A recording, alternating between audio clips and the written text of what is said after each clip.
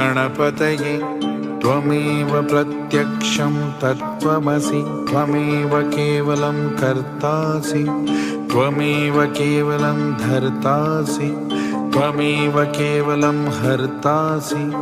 त्वमेव सर्वं खल्विदं ब्रह्मासि